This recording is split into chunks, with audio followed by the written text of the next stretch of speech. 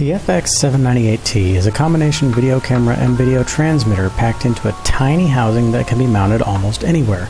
The camera has 600 TV line resolution with a wide-angle lens, 90 degrees horizontal. The transmitter is 5.8 GHz 40 channel including raceband, and it pushes out a moderate 25 milliwatt signal through an included circular polarized antenna.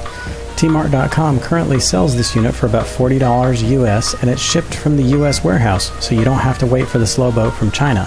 I was asked to review a new product from Tmart, and they asked if I could make it work on an H8 Mini.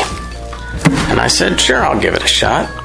So what it is a teeny tiny little camera and VTX or video transmitter all in one, 40 channels, runs in your typical 5.8 gigahertz, and it runs on 2.5 to 5 volts, which is conveniently 1S. Because hey, this battery runs at 3.7 volts when it's full. So, a few features, plug and play, lightweight, 40 channels with raceband, can't tell what's under there, something instead of switch. FXT technology, brand name, model number 798T, and the FXT technology again. So let's set this stuff aside. Just take a look at this guy. And yes, it really is that small. For comparison, here's a standard USB plug right next to it. This thing's tiny. So, well, grab some foam. I don't want to break it. Inside we got some more foam. Got a little user's manual. Pretty straightforward, super small, lightweight, 5 bands, 40 channels with raceband, easy install, plug and play, button control instead of a switch to change channels. That's what it says on the box. So it actually looks like it's written pretty well. It doesn't look like it's got bad translations or anything like that. And then you've got a nice table of all the frequencies that are available to you. So let's look at the actual unit. Okay. Like I said, this thing is tiny. I mean, here's some comparisons.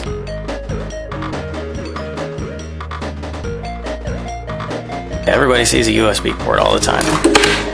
So, we've got the cloverleaf antenna. That's great. That should give us some good range. It comes with a little lens cap. And up top, there is a tiny button. And looks like several sets of LEDs right across there. You get 5 for each band and then 8 for each channel on each band. And then real small printed on there, FX798T version 1.0.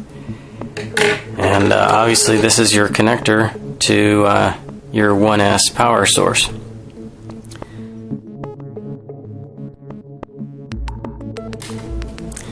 So we'll use the screwdriver that came with this since it's handy. I suppose first I should label these props and take them off. Just get a little permanent Sharpie. I'll put a B on there. And then they just pull straight off.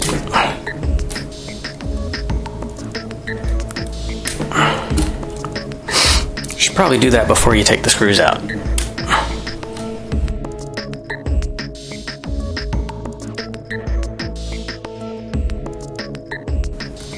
I should mention that super glue or cyanoacrylate doesn't do anything to this plastic. It just does not stick. If you crash yours hard enough, or in my case, get stepped on, don't even bother with the CA glue. It's not going to work. So we should be free now. I don't see any other screws. We'll go ahead and start separating it. Push the motors down in. As you can see, it's broke. So, well, the CA will stick to the motor. There we go. You can see the residue from the cyanoacrylate glue, super glue, whatever you want to call it. And then there's the antenna. Some people have gone to lengths of drilling a hole in the top to allow the antenna to stand out to get better range, because I only get about 40-50 feet range outdoors, line of sight, with it laying down flat. So I may try and stand it up and we'll see what happens there, see if that gives me some better range. Maybe fly it down the street, see what happens. So it looks like it'll be very easy to tap in for power on either side of the board. Could go on the bottom side if I wanted to as well. So we'll mark where we want the antenna to be, about right there in the corner of the dome. Alright, so I went and got a drill, just the drill bit, and we'll see if we can just cut right through here. No need to use power tools on plastic this soft and this thin. And we're through. Okay, so let's see if I got that right. Perfect. So, if you want to drill a hole for the antenna, there's your mark right there at the end of that line. That is the perfect spot for your antenna. So, since we're modifying this white one that's already broken, we'll go ahead and cut into the dome so that the camera can kind of sit down in there a little bit. We'll see how deep we can go here. Not very. So we'll just cut a notch the width of the camera. So we'll just kind of ballpark it there. And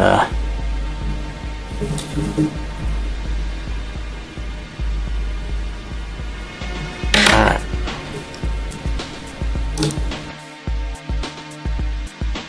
Just make a few slow, steady cuts, and we're through. Alright, it's a convertible. Looks like I didn't quite cut it deep or wide enough. Not really sitting down in there.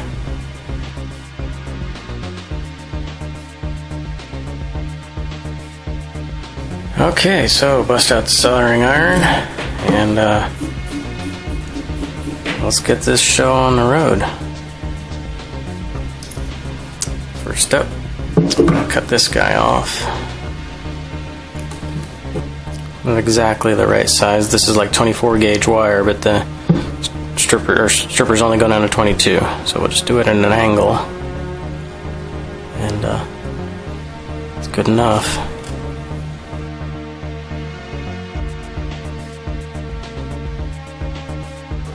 It's too close. Let's go to the other side of the board. A little bit safer over here.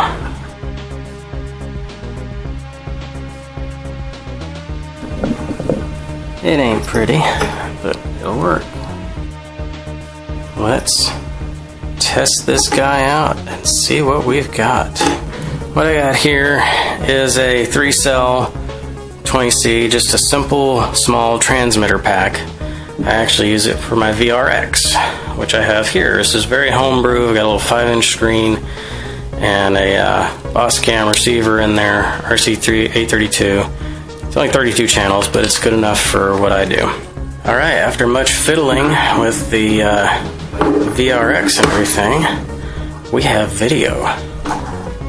This guy's getting a little bit warm in my finger, but not horrible. So, we'll go ahead and put this guy back together and see how we do. It's actually a very clear picture. Pretty good detail. You can read stuff off the yellow box back there. And let's just put something in front of it that's got words. And I don't know if you can see it in the screen there, but you can read the Radio Shack, you can read the catalog number, you can almost make out the 6040 on there, rosin core. So, alright, let's put this guy back together. And I didn't even notice there were shorter ones. Those are probably the ones at the outside edge. it would be advisable to not smush the wires.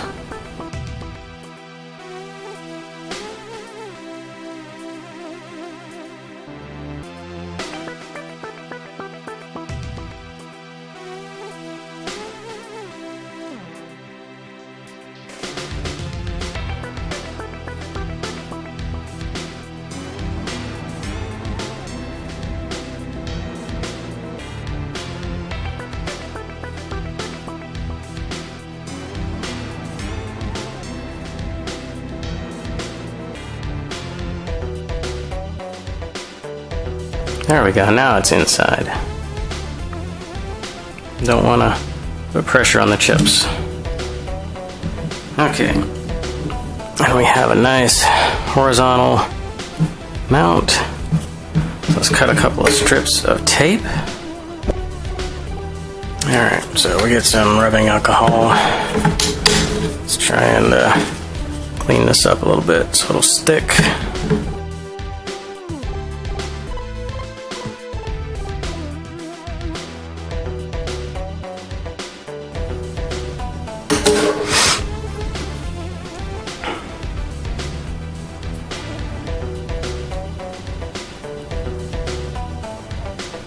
Okay, it is tacked on there. So we'll just hold it for a second to get it to actually adhere. Remember, we labeled these. And we just barely press them on until they kind of click a little bit.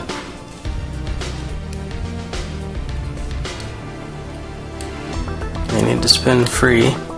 Looks like they're nowhere near the wires, so we're good there. Alright, we're good. We're not hitting the lens or anything, and everything looks nice and pretty. So, let's do a test. Make sure our throttle's down, and plug it up. Okay, we have video. There we go. We have a nice view right between the front props there. And let's see. Looks like I got it pretty well centered straight there. Alright. And it's funny how the wide angle lens makes those arms kind of curve in a little bit. So let's see how well it flies. Whoops. Alright, we got video again. So, let's give it another whirl.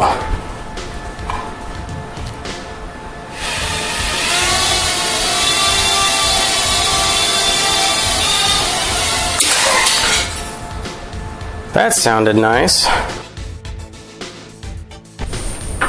Alright, so a lot of people think it's a good idea to fly at night. Well, it's like 3 in the morning. As you can see, it's pretty dark out here. Let's let the dog out. But we'll go ahead and put this guy down. And all I have here is the porch light on. So we'll see how well it does once it gets out into real darkness. Hopefully we can see this okay.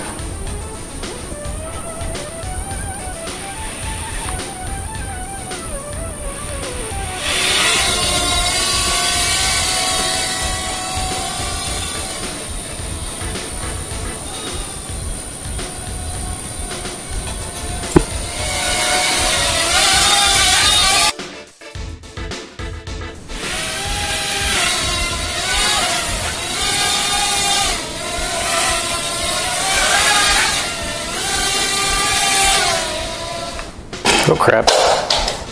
That fell all the way downstairs. I can't see it. Let's see. The dog's gonna go check it out.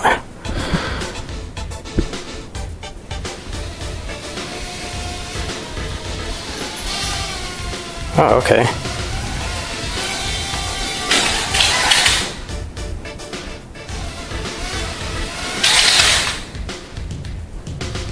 Snagged on the wall. No, should be fine.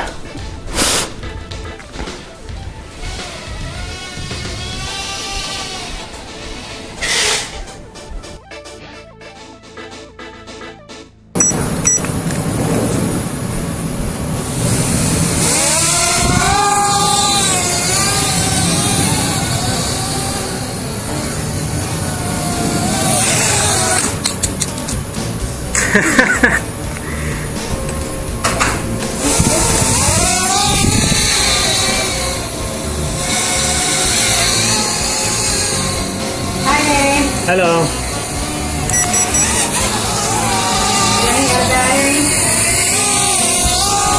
Yep.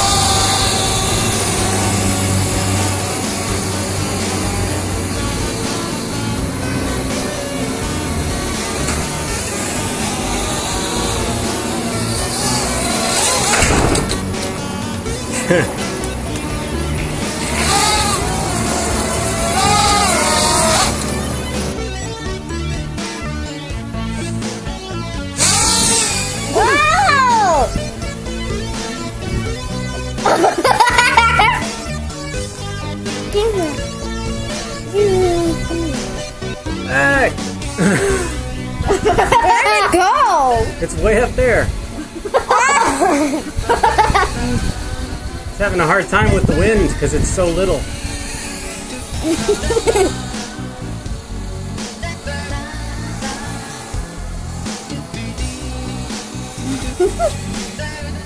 They can see me. You can see me.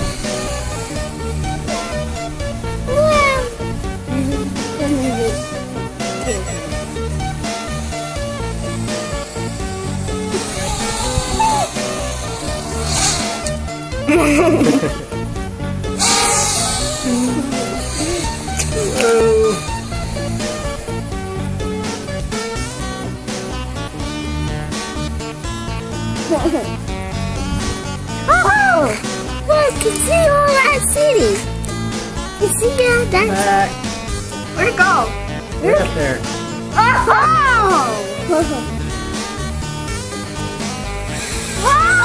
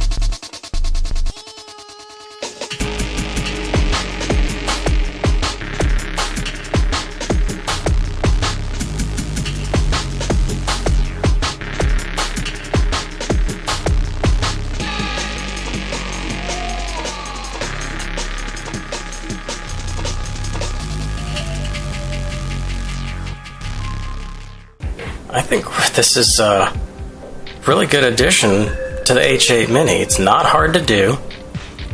It's a pretty good little FPV machine just for playing around in the house and learning how to fly. It'll definitely let me practice flying FPV a whole lot easier than getting out the big 250. Because this one is a little harder to fly inside. So, you know, minor differences here and there.